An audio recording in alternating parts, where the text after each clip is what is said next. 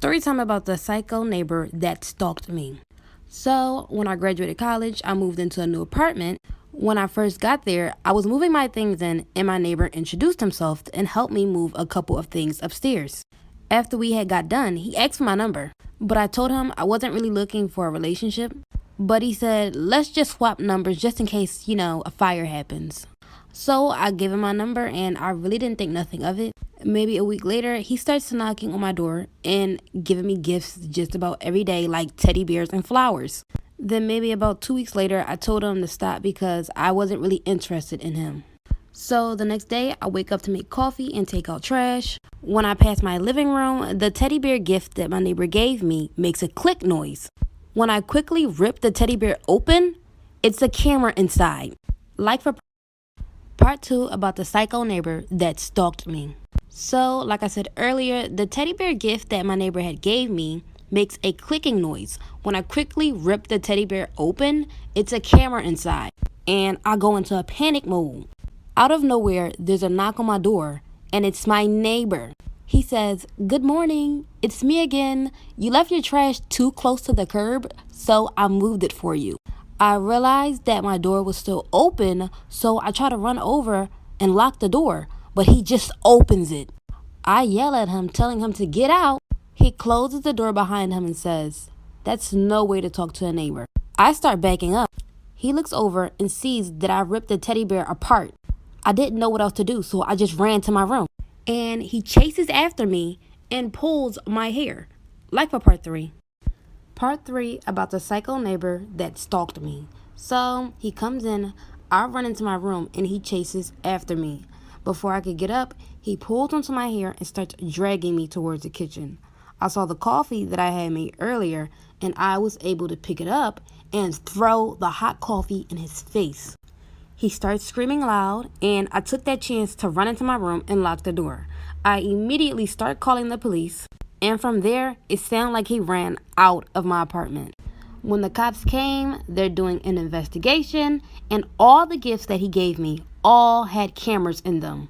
And when I told them about my neighbor, they did some digging, and come to find out, that man wasn't even my neighbor. He didn't even live at the apartment complex.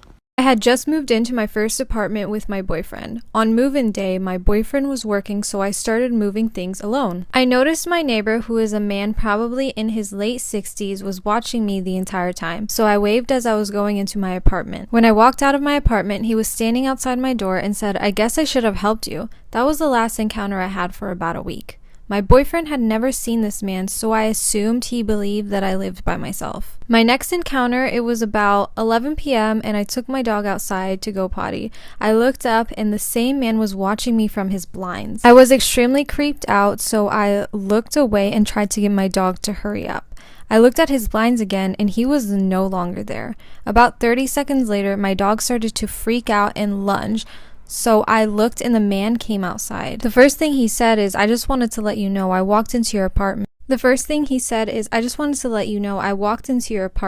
friend used to live here and I got confused. He stumbled over his words and got into his car. My boyfriend was in the living room before I took the dog outside, so I rushed inside to talk to him. He immediately started talking about it. He said this man opened the door and began to walk in, but they made eye contact. As soon as he saw my boyfriend, he hurried and shut the door and went to talk to me. I haven't had an experience since the last time I saw him, but from everything that has happened, it's easy to assume that this man thought I lived alone and was planning on waiting for me in my apartment. And that is the end of my first story time. I just want to take the time to apologize for taking so long. It is my first time and I didn't have content, but I promise to never ever do that again. I will always have part 2 ready for you guys. But if you have a story that you would like to share, just DM me on Instagram and I would love to make a video using your story. Alright, bye guys. Thank you for supporting me.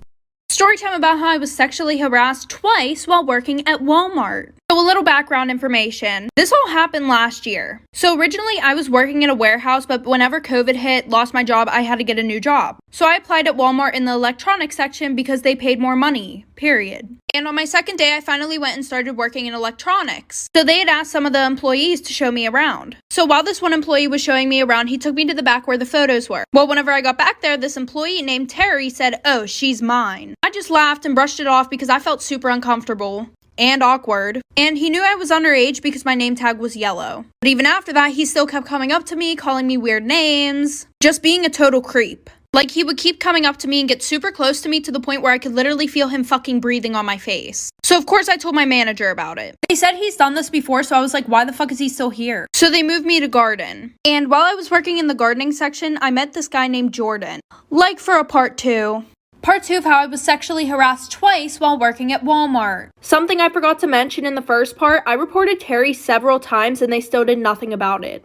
So like I said, then I met this kid Jordan, him and I started getting close, and work actually started to become fun. Well, finally, after a month, we decided that we were going to go out to lunch during work. So the day that we went out to lunch, he kept telling me that he needed to tell me something. But he was like beating around the bush the whole time. Like for some reason, he just couldn't get out what he wanted to tell me. But then he kept trying to change the subject like he wasn't the one who brought it up in the first place. I should have took that as a red flag before we went to lunch, but I didn't. So he keeps going on about it in the car, right? And then he's like, I'm not really 20, I'm 25 turning 26. So then for some reason after that, whenever he saw my mood change, this guy has the audacity to start touching my legs, fucking rubbing my inner thigh and shit.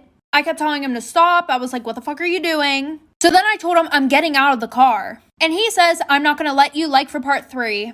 Part 3 of how I got sexually harassed twice while working at Walmart. So like I said, he wouldn't let me out of the car, but then we got back to work. And then he had the audacity to keep asking if I was okay when he literally just sexually harassed me in the car. So I went to the bathroom, literally had a whole fucking mental breakdown. I called my mom to come get me because I was not finna stay there. So the next time that I went back to work, I grabbed my stuff and I gave it to one of the workers to go and give to a manager and tell them that I was quitting. Well, one of the managers caught me walking out the back door and she was like, what's wrong? So I immediately broke down. I started telling her what was going on. And then a crowd of people came around us being nosy as fuck, listening to what I was saying. And she was like, you're not quitting. I'm going to take care of this. So she sent me home and she said that she would call me whenever it was taken care of. So 2 days goes past. I'm like, why the fuck hasn't she called? So then I call and I found out that she fired me. So I reported everything to Walmart ethic team and they just closed my case. They basically didn't do shit about it. Oh, and Jordan wasn't really a manager. He was a supervisor. Should I try to take this to court?